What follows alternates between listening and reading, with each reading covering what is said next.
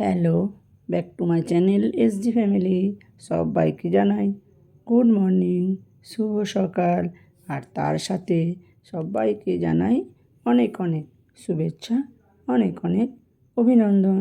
তো বন্ধুরা, সবাই কেমন আছো? আশা করি ভালোই আছো। আমিও ভালো আছি। তোমাদের ভালোবাসায়, তোমাদের সাপোর্টে সত্যি আমি ভালো আছি। তো দেখো বন্ধুরা, আজকে তোমাদের জন্য নিয়ে এলাম একটা গল্প। অধিকাংশ মেয়েরাই হাউস ওয়াইফ। হ্যাঁ, তো দেখো, হাউস ওয়াইফ মানে কোনো কর্ম বলে না নাকি, কোনো কর্ম হাউস ওয়াইফের কে বলে না। যদি কেউ একটু সার্ভিস করে, যদি কোনো একটা সার্ভিস করে, তখন বিশাল কাজ, বিশাল তার পাওয়ার বেড়ে যায়, বাড়িয়ে দেয় সবাই। তো তাই বলছি, দেখো, আর হাউস ওয়াইফরা যে সকাল থেকে রাত পর্যন্ত কত কাজ করছে, এর কোনো হিসাব নেই, কোনো হিসাব নেই, কোনো নাম নেই, কোনো প্রশংসা নেই। তারপর উল্টে যদি কিছু আবার না হলো মনের মতো, তো এই হলো না, ওই হলো না, এই রকম নানান বাহানা, নানান রকমের সমস্যার মধ্যে দিয়ে পড়তে হয়। তো তাই বলছি, সবাইকে কিছু না কিছু জন্য স্বাবলম্বী হওয়া দরকার। তো এই যে মানুষ এত অবহেলা তাচ্ছিল্য বয়ে চলেছে, তো এই কারণেই, তো সে তো আর বোঝে না সবাই। তো তার জন্যই অনেক মানুষ এখন অনেক রকমভাবে ইউটিউব, ফেসবুক, ইনস্টাগ্রাম অনেক রকমভাবে ব্যবহার করছে। যদি কিছু ওই হাউস ওয়াইফ নামটা বা সবাইকার মুখে অপেক্ষায় হয়ে না থাকতে হবে, এই জন্য। তো অনেক মানুষ সুন্দরভাবে সাফল্য পাচ্ছে, এগিয়ে যাচ্ছে। অনেক মানুষ সাধারণ নর্মাল তো চলছে, কোনো একটা সাফল্য সবাই পাচ্ছে না। আর পেতে গেলে কী করতে হবে? সবাই সবাইকে সাপোর্ট করতে হবে, সবাই সবাই ভালোবেসে পাশে থাকতে হবে।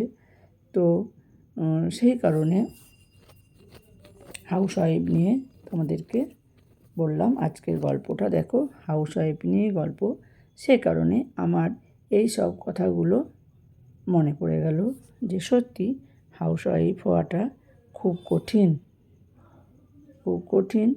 সবার জন্য ভালো হলেও নিজের জন্য না। তো আশা করি তোমাদের গল্পটা ভালো লাগবে। আমার গল্প তোমাদের কেমন লাগছে? আরও ভালো ভালো গল্প পেতে আমার চ্যানেলটি সাবস্ক্রাইব করে পাশে থেকো।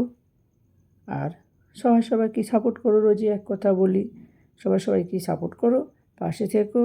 আর অ্যাড কেউ স্কিপ করো না, তাহলে সাপোর্টটা সম্পূর্ণ হবে না। তো বন্ধুরা, সবাই মেন আইডি দিয়ে ভিডিও দেখো। মেন আইডি দিয়ে ভিডিও দেখলে একটা সুবিধা আছে। তো সে কারণে আমি সবাইকে বলি যে মেন আইডি দিয়ে ভিডিও দেখো। অনেকে দেখো অবশ্য, আর অনেকে খুব ভালোবেসে আমার গল্পগুলো শোনে। তো এই ভালোবাসা সত্যি আমারও খুব ভালো লাগে। অনেকে অনেকভাবে আমাকে সুন্দরভাবে ভালোবাসে। তো চলো দেখো আজকের গল্প। সেদিন গেছিলাম ইউনিভার্সিটির এক বন্ধুর ছেলের অন্নপ্রাশনে। অনেক দিন পর সব পুরনো বন্ধুদের আবার দেখা। সকলে একে অন্যের খোঁজ নিচ্ছিল। কে এখন কোথায় থাকে, কি চাকরি করে, কার কটি সন্তান, সকলের স্ত্রী বা স্বামী কি করেন, এই সবই আর কি। এই দীপ্ত, তোর বউ কি করে বললি না তো? হঠাৎ খড়খড় করে বলে উঠল মোহর। মোহর মেয়েটা বরাবরই একটু অন্যরকম, বেশ মেজাজি আর একটু রুক্ষ স্বভাবের, কথাবার্তাও রাফ। পিহু, ও তো হাউস ওয়াইফ দেখলাম, শুকনো মুখে বলল দীপ্ত। ও হাউস ওয়াইফ, তার মানে কোনো কাজ করে না? বাঁকা স্বরে বলল মোহর। আমার কানেও লাগলো ওর স্বরটা। সকলেই থমকে গেল ওর রুক্ষ স্বরে। আচমকা সবাই চুপ, কিন্তু সকলের নীরবতা ভেঙে কথা বলে উঠল পিহু নিজেই। বোধহয় কথাটা আপনি ঠিক বলছেন না মোহরদি। হাউসওয়াইফ মানেই সে কোনো কাজ করে না, এটার চেয়ে বড় হাস্যকর কথা আর কিছুই হয় না। তাহলে বরঞ্চ বলি আমার ডেইলি রুটিনটা মিলিয়ে দেখুন তো, আপনার মতো ওয়ার্কিং লেডিদের থেকে ব্যস্ততা কম মনে হয় কিনা। সকালবেলায় 6টায় ঘুম থেকে উঠেই চা বানিয়ে বাড়ির সকলকে খাওয়াই। তারপর মেয়ের স্কুলের জন্য তাকে রেডি করি। সাথে চলতে থাকে মেয়ের টিফিন আর জলখাবার তৈরির কাজ। মেয়ে তৈরি হলে ওকে স্কুল বাসে তুলে দিয়ে আসে আপনার বন্ধু। ততক্ষণে জলখাবার শ্বশুর শাশুড়িকে খাইয়ে ভাত বসাই আপনার বন্ধুর জন্য। সেও খেয়ে বেরোবে যে অফিস। দীপ্ত বেরিয়ে যাওয়ার পর শুরু হয় সারা দিনের রান্না বান্না। সকলের পছন্দ মতো রান্না করার চেষ্টা করি রোজ কিছু না কিছু। সব কাজ সেরে স্নান করতে করতে বেলা 1টা। তারপর সকলের লাঞ্চ মিটিয়ে উঠতে না উঠতেই মেয়ে ফিরে আসে।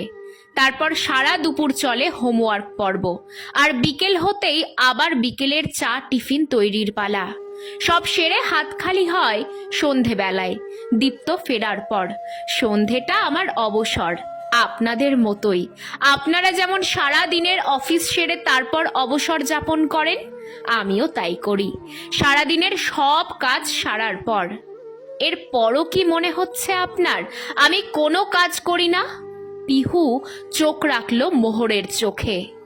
না মানে আসলে মোহর একটু থতমত খেয়ে গেছে। হাউসওয়াইফ মানেই সে সারাদিন বসে থাকে, হাউসওয়াইফ মানেই তার কোনো কাজ থাকে না, এই ধারণাগুলো বড্ড বোকা বোকা হয়ে গেছে মোহরদি, তাই না? বরঞ্চ আমাদের মতো হাউসওয়াইফরা আছি বলেই অনেক সংসার নির্বিঘ্নে চলে প্রতিদিন। আমাদের নিরলস শ্রমই এগিয়ে নিয়ে যায় স্বাচ্ছন্দ্যে বহু সংসারকে। তাই চাকরি করা মহিলাদের থেকে আমাদের অবদান কিছু কম নয়। একদম ঠিক বলেছ পিহু। অনেক মানুষ থাকেন যারা আমাদের মতো হাউসওয়াইফদের ছোট করে অদ্ভুত আনন্দ পান, আমাদের গুড ফর নাথিং মনে করেন। ঘরে বাইরে কেন যে আমাদের বারবার এগুলো ফেস করতে হয় জানি না, বলে উঠল শম্পা, আমাদেরই আর এক বান্ধবী। আসলে আমরা ছোট হওয়াটা অনেকেই মেনে নেই নীরবে, তাই অন্যরাও আমাদের ছোট করতে পারে। আমরাও হয়তো কোথাও না কোথাও নিজেরাই মেনে নেই বাইরে বেরিয়ে কাজ করছি না বলে আমরা ঠিক ওয়ার্কিং লেডিদের মতো অতটাও যোগ্য না, সমান সম্মানের অধিকারী না। কিন্তু ব্যাপারটা যে পুরো ভুল সেটা বুঝিয়ে দেবার দায়িত্ব নিজেদেরই নিতে হবে। যারা বাইরে কাজ করেন তারাও যেমন ঘরের কাজ দরকার হলেই করতে পারেন এবং করেনও, তেমনি যারা অন্দরমহল সামলান তারাও চাকরি করা মেয়েদের থেকে কোনো অংশে কম না। সেটা নিজেদেরই বারবার বুঝিয়ে দিতে হবে কেউ বুঝতে না চাইলে। আমাদের মাস মাইনেটা টাকার অঙ্কে আসে না, আসে বাড়ির মানুষদের ভালো থাকায়। এটা অনেকেই বোঝেন না, কিন্তু যারা বোঝেন না তাদের তো আমাদেরই বোঝাতে হবে, তাই না? শুধু শুধু কেউ ছোট করতে চাইলেই ছোট হব কেন আমরা? দেখলাম মোহর থমকে গেছে পিহুর দৃপ্ততা দেখে। আমিও অবাক হয়ে দেখছিলাম পিহুকে। সত্যি অনেকটা আলাদা ও। আগের প্রজন্মে তো বটেই, এমনকি আমাদের জেনারেশনেও কিছু কিছু মেয়েকে দেখেছি হাউসওয়াইফ বলে তারা নিজেরাই কুণ্ঠিত থাকে, কিন্তু পিহু সেরকম নয়। তাই ও সবার সামনে বলতে পারছে ও কারোর থেকে কম নয়, ওর অবদানও সংসারে কোনো অংশে কম নয় একজন কর্মরতা মহিলার থেকে। এরকম পিহুর মতো হাউসওয়াইফ আরও জন্ম নিক বিভিন্ন সংসারে, তবেই হয়তো বিনা বেতনের বাড়ির ম্যানেজারদের ছোট করার মানসিকতা নিয়ে চলা মানুষদের বলতি বন্ধ হবে একদিন।